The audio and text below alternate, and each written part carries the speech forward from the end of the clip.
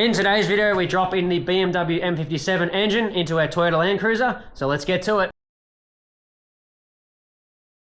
So the first thing we need to do before putting the M57 into the Cruiser is replace these two engine mounts down here, and then we have to repair that firewall matting because I can't get to that once the engine's in.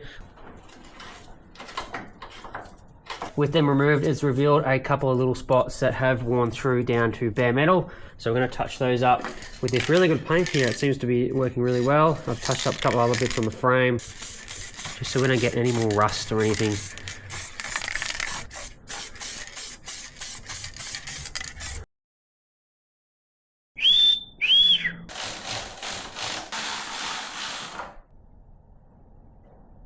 Righto, so this is the Car Builders Premium Underbonnet Insulation that I've chosen to fix the firewall on this vehicle.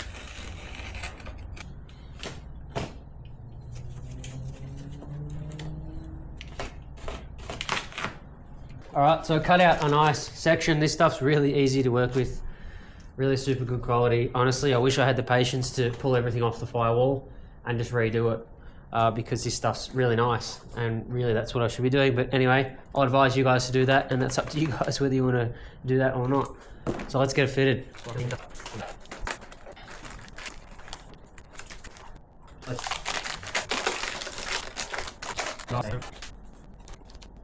get this finished up.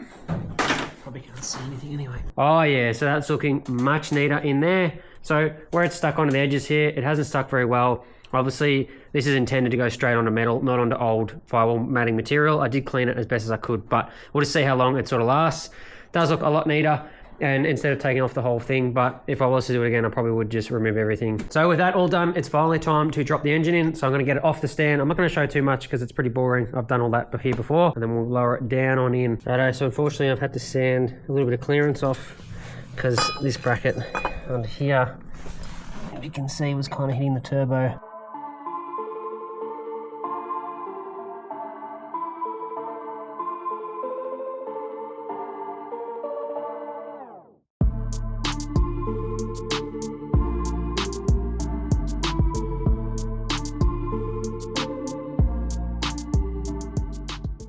Alrighty, so I try not to do too much time lapse, but the engine is in. So sorry if I didn't get too much video of it, but we had to get this thing on a mega angle to get it down. It was a lot easier with the X5 transfer case removed. Obviously we don't use that, so we could get it down and in, but Toyota had this genius idea of not having a removable rad support, but that's all right. We got it in the end. Yeah, the engine mounts bolted straight up. It was really good. It was kind of tricky. We had to rotate the engine down and into the mounts themselves and then tighten them up, sort of thing. So I did have to move the driver's side mount to the diesel position to work, because this engine mount obviously wouldn't work any further back because the turbo's in the way. Anyway, it's in. Really happy with that. So now we're going to wait on the transfer case adapter, but we can do some other bits and pieces. Put those two on, plus this one. Now we're going to have some adapting to do with these lines. We'll have to obviously adapt those to the Toyota lines.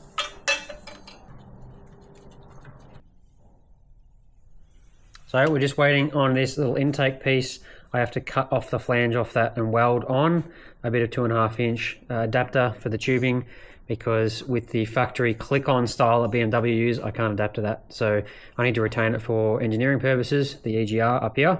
So we'll wait on that to do that. I have to try and get a aluminium TIG welder. We have to deal with something I've been putting off. It requires these, not all of them, but I just got to see until we get there, is the gearbox breather, the main breather on there. I completely forgot to do it. I was in a rush to get it in, and it's a press fitting that goes inside. Most of the guys on the Facebook page have got it all documented of how to do it. I'm just going to have a go at it. It presses in, and there's a steel insert as well that presses in. So either we take that one out or tap the insert. I've gotten some 6mm elbows that they use these in like air fittings and stuff for trucks and things. So we'll try and tap one of those down in there. So hopefully I can lower the gearbox down enough and tap that, because the transfer case adapter is turning up this week finally, which is really good. So we can actually get this buttoned up and then get that in and start to do some proper things. A little bit hard to see under here, but I've got this jacked up safely enough to get up in here and replace that little breather. So I'm going to pop that up and out of the way. So I'm opting for the smaller option of the two elbows. This is the larger one. It's an Imperial thread. I don't have a tap to suit. So we're going to go this option with a little brass adapter here.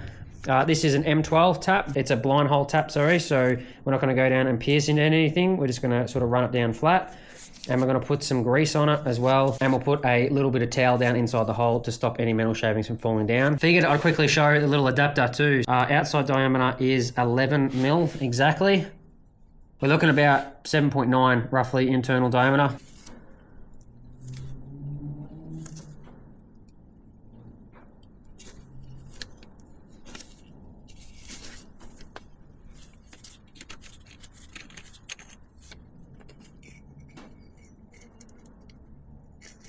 Look at that.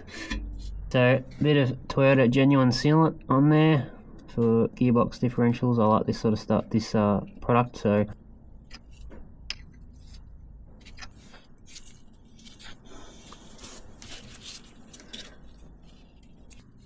alright, super happy with that. If I was to do it again, I'd probably just pull the box out, to be honest. That was a bit of work. So there you have it. Instead of put that in, I do have to get some hose on there. I thought I had some, but I actually have Imperial, so I'll get some of that at some point. But yeah, we can jack this thing back up. We'll check our clearances, and that transfer case adapter should be here very shortly.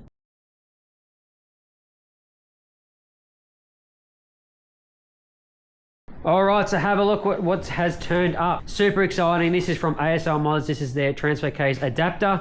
So it bolts up the ZF gearbox to the factory Toyota transfer case. So I don't have to change my drive shaft lengths or anything, and utilizes the factory crossmember, which I think for engineering I'm gonna have to modify, but we'll get to that later on. So this is a spud shaft they also have, so ZF splines to the Toyota transfer case splines. So this is the input of the Toyota transfer case. So yeah, that'll slide in a lot further, and then that'll go on the back of the gearbox.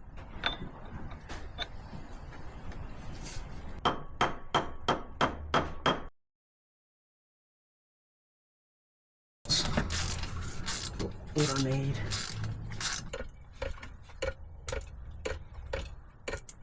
I think it's one to go sideways. Jack a bit, see how it's only just... Yep.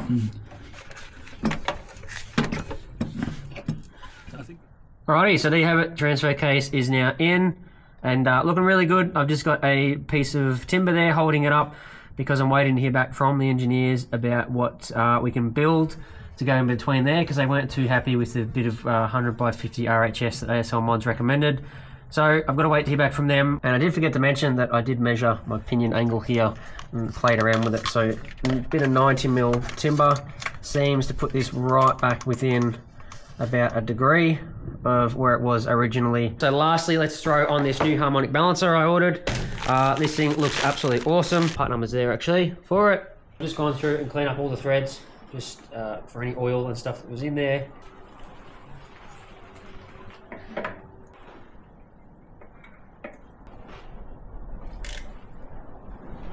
So that is looking really nice in there. So if you've happened to make it this far in the video, thank you guys for sticking around, and I hope you have enjoyed this build. Right now we're going to shoot over and we're going to start doing a bit of an update on 2025 and this engine swap build as to why it's taken so long, just answer a few questions and touch on a few things. So pretty much I didn't get as much as I wanted done this year on this project. It has taken a little bit longer than usual, but I mean that's to be expected when you're putting an engine in that's not meant to be in here.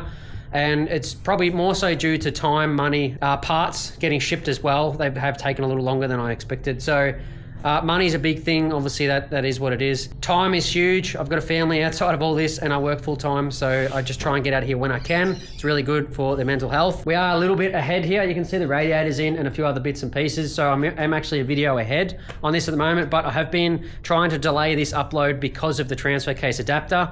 That took a fair while to get here. I was trying to delay that. And also the high mount cross member, I think I've touched on that. I'll add a picture here. I've just drawn that up in CAD. That is getting done over the Christmas break. Everyone closes down, so that's sort of going to get done probably for more so the start of next year. That'll get done in aluminium, and we'll bolt that in. If that works, we'll go to mild steel. So that eliminates the RHS that is needed. The engineers really want a high mount cross member or to modify the original one. I found it probably a little bit easier to draw one up in CAD and do it that way. So if that does work, maybe it'll be available for purchasing later on. I'm not too sure whether I'll try and sell something like that, but if you're interested, definitely drop it down below. So yeah, the crossmember has been a huge hold up as to getting the gearbox up to the proper level it needs to be, getting the front clearance here to start putting an intercooler and fan shroud and things like that. I've been doing so much research on everything and decided that I'm going to go to mechanical fan and everything, but we can talk about all that in the next video or the video after probably. So there's so much more to come. There's electrical and everything. I know I've been delving on that I'm going to do one, but there's no point doing it, electrical video, until I'm actually getting this thing fired up in there, and it's going to be in so much depth. It's probably going to be half an hour long, but definitely I keep telling people to hold out. Unfortunately, I keep putting that off because I don't want to get into it until I'm getting into it. So, and the gearbox, once that's in, obviously I can, well, once that's up and cross members up, we can do gear shifters and things like that, drive shafts, exhaust and everything. We know everything's at its final height. So I have been waiting on that, and it's been eating me up that I haven't been able to post so much. But pretty much that's the update for all of that stuff. As for a wrap up of 2025, it's been an unreal year. The caravan video really did take off. And here's the van here behind me. It has been winterized and covered up. It's just been sitting here. So pretty much for next year, we're going to finish the engine swap, and then we have to get out here and finish this thing off. Once we do the lawnmower. So the lawnmower is definitely first because that is closest to being finished off.